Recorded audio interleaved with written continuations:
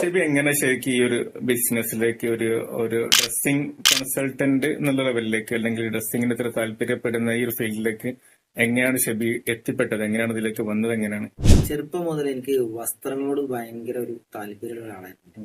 Branded വസ്ത്രങ്ങളും അതുപോലെ shoe, chappals അതൊക്കെ ഭയങ്കര ഇഷ്ടമുള്ള ഒരാളായിരുന്നു. അത് കുറച്ച് കഴിഞ്ഞപ്പോൾ എനിക്ക് കൂടുതൽ ആഗ്രഹങ്ങൾ വന്നപ്പോൾ തന്നെ ഞാനൊരു ടൈലർ ഷോപ്പിൽ ഒരു ഹെൽപ്പറായിട്ട് ജോലിക്ക് കയറി. ഏത് വയസ്സിലാണ്, ഏത് പ്രായത്തിലാണ്? ഞാനൊരു 12ാമത്തെ വയസ്സിലാണ് സ്റ്റാർട്ട് ചെയ്തത്. 8th പഠിക്കുന്ന ഒരു സമയത്താണ്. ആ സമയത്ത് ടൈലർ ഷോപ്പിൽ ഹെൽപ്പറായിട്ട് കയറി.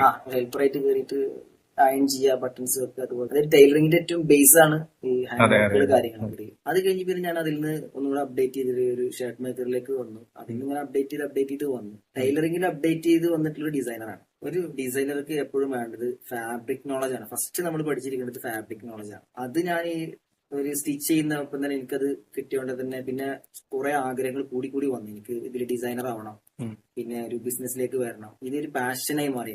അതിങ്ങനെ ഡ്രസ്സിനോടുള്ള ആഗ്രഹം കൂടി വന്നപ്പോ പിന്നെ കംപ്ലീറ്റ് നമ്മൾ ഇതിലേക്ക് ഇറങ്ങി. 100% ഞാൻ ഇതിലേക്ക് ഇറങ്ങി എന്നുള്ളതാണ്. അതുകൊണ്ട് തന്നെ ആ സമയത്ത് നമുക്ക് ഒരുപാട് ഗുണങ്ങളുണ്ട്. നമ്മൾ അനാവശ്യ എന്താ പറയാ ടെക്സ്റ്റ് പോലത്തെ മറ്റുള്ള സംഭവങ്ങളിലേക്കൊന്നും പോവാതെ തന്നെ ഇതിന്റെ 100% പാഷനേറ്റ് ആയിരുന്നു, കമ്മിറ്റ്മെന്റ് ആയി. ശരിക്കും ടൈലറിംഗ് എന്ന് പറയുമ്പോൾ ഒരു ഔട്ട്ഡേറ്റഡ് ആയിട്ടുള്ള ഫീൽഡാണല്ലോ. നമ്മളെ എന്തൊക്കെ ചെറുപ്പത്തിൽ നമ്മൾ ഏറ്റവും കൂടുതൽ ചിലപ്പം ഈ റെഡിമെയ്ഡിനേക്കാളും കൂടുതൽ ടൈലറിംഗ് അടുത്തേക്ക് നമ്മൾ പോവാ. ഡ്രസ്സ്, ക്ലോത്ത്, മെറ്റീരിയൽ വാങ്ങി ഡ്രസ്സ് അടിച്ച് സ്റ്റിച്ച് ചെയ്യാന്നുള്ള ഒരു സംഗതിയിലേക്ക് നമ്മൾ പോവാം. ഇപ്പൊ പക്ഷെ അത് ഒരുപാട് ഔട്ട്ഡേറ്റഡ് ആയിട്ടുള്ള അത്രയും റെഡിമെയ്ഡ് ഷോപ്പും കാര്യങ്ങളൊക്കെ വന്നിട്ട് ഇപ്പൊ ഞാൻ നോക്കുമ്പോൾ ശരിക്കും ആ ഒരു ഫീൽഡിലെ ആൾക്കാരും ഒരു അപ്ഡേഷൻസ് ഇല്ലാത്ത ഒരു പഴയ രീതിയിൽ എന്താണോ അങ്ങനെ തന്നെ പോയിക്കൊണ്ടിരിക്കുന്ന സംഗതിയാണ്. അതിലെങ്ങനെയാണ് ശരി ഒരു ഇന്നോവേഷൻ സംഗതികൾ കൊണ്ടുവന്നത്? എങ്ങനെയാണ്? അത് ആഗ്രഹം തന്നെ. കാരണം നമുക്ക് ഒരു യുണീക്ക് ആയിട്ടുള്ള ഫീൽഡിലേക്ക് വന്നു. എനിക്കിതിൽ സാധ്യതകൾ കുറച്ച് കഴിഞ്ഞിട്ടാണ് മനസ്സിലായത്. കാരണം ഇത് ചെയ്തുകൊണ്ടിരിക്കുന്ന സമയത്ത് തന്നെ മറ്റുള്ളവർ ഞാൻ ഡിഫറെന്റ് ആണെന്ന് എനിക്ക് തന്നെ സ്വയം തോന്നി.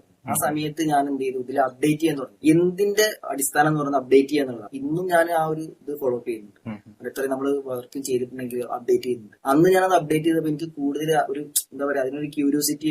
എന്ത് സാധനം ചെയ്യുമ്പോഴും അടുത്തത് എന്നുള്ള ഒരു മെന്റാലിറ്റിയിലേക്ക് വന്നതുകൊണ്ട് തന്നെ ഒരുപാട് അപ്ഡേറ്റ് ചെയ്യാൻ പറ്റിയിട്ടുണ്ട്.